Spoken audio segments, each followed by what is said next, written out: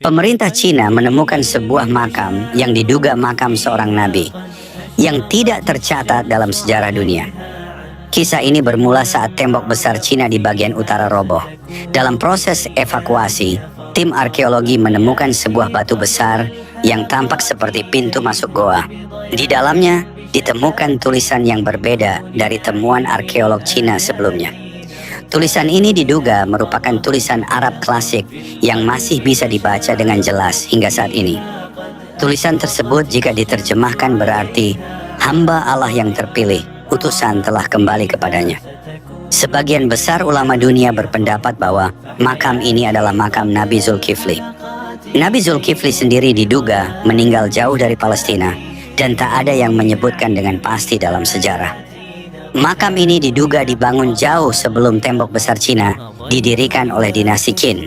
Meski pemerintah Cina awalnya mencoba menyembunyikan penemuan ini, kabar akhirnya bocor juga.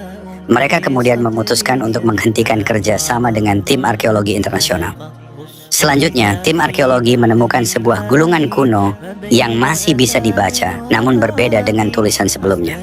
Gulungan ini tertulis dalam bahasa dialek Arab kuno yang diduga berasal dari pengikut Nabi Zulkifli. Gulungan itu bertuliskan, "Kami menyelamatkan diri dari kehancuran di arah barat menuju arah matahari terbit dan menemukan lembah yang damai yang dilindungi tembok tinggi." Dari hasil penelitian, usia makam ini diperkirakan lebih tua dari dinasti Qin yang membangun tembok besar Cina.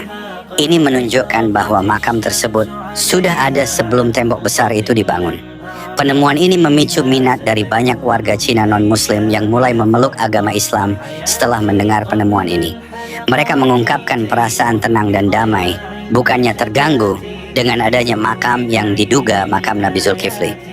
Fenomena banyaknya warga Cina yang memeluk Islam ini bukan karena dakwah, namun karena penemuan makam tersebut. Nabi Zulkifli dikenal sebagai nabi yang baik hati, ramah, dan tidak sombong. Komunitas Muslim di Cina yang selama ini hidup di bawah tekanan merasa terharu dan tersentuh dengan penemuan ini. Banyak yang mengatakan mereka merasakan kedamaian, bahkan ada yang merasa seperti ada panggilan dalam hati mereka yang sulit dijelaskan. Penemuan ini menegaskan nilai sejarah agama dan keyakinan Islam, meskipun berada di tanah yang jauh dari sejarah Islam itu sendiri. Pemerintah Cina sendiri belum mengonfirmasi secara resmi bahwa makam ini adalah makam Nabi. Namun banyak pihak yang menyebutnya sebagai makam tokoh Timur Tengah yang datang ke Cina pada masa yang sangat awal. Kini, penemuan makam yang diduga makam Nabi Zulkifli ini menjadi sorotan publik dari berbagai kalangan, baik pejabat, kalangan menengah, bahkan rakyat biasa, baik yang beragama Islam maupun non-Islam.